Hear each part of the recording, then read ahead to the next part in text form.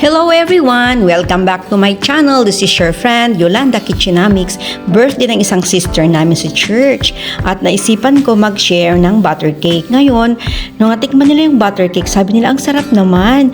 Ano yung recipe nito, sister? So yan, share ko dito ngayon sa aking YouTube channel, yung ating recipe na ginawa na butter cake. So ngayon, ito lang naman ginawa ko, dalawat kalahati ng cups of all-purpose flour.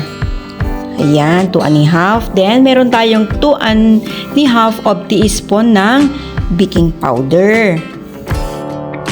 Ayan, mix together yung ating baking powder at ang harina. All-purpose flour. Para mamaya isi-safe natin. Gumamit nga pala ako ng 1 cup na butter. Ayan.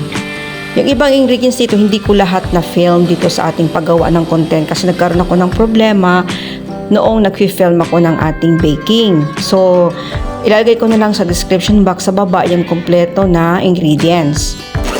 Hindi ko talaga nakuhaan kasi nagkaroon ng technical problem yung ating cellphone. Pero ito yung aking mga ginamit na ingredients at paki-check na lang din sa ating description box. Ayan. So, yung paggamit mo ng mixer dito, mas maganda pag gawa ka ng butter cake. Ayan, kasi mas soft yung lalabasan ng butter cake. Ayan, ihalo na ninyo yung dry ingredients. Ayan. Hanggang sa wala ng lumps. Wala nang bubuo.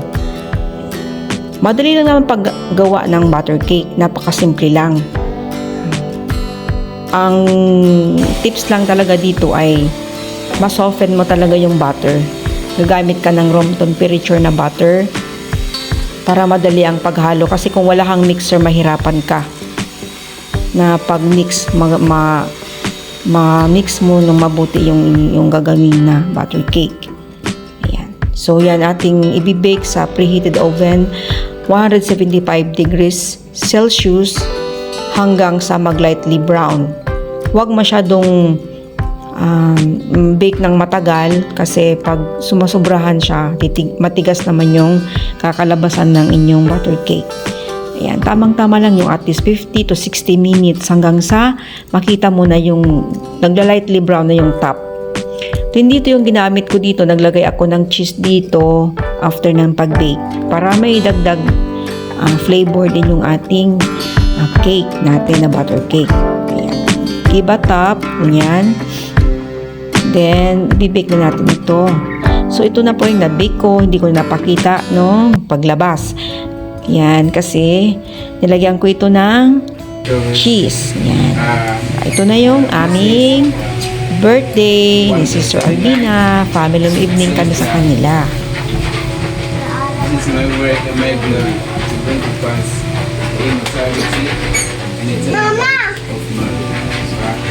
So, as we are here is the welcome.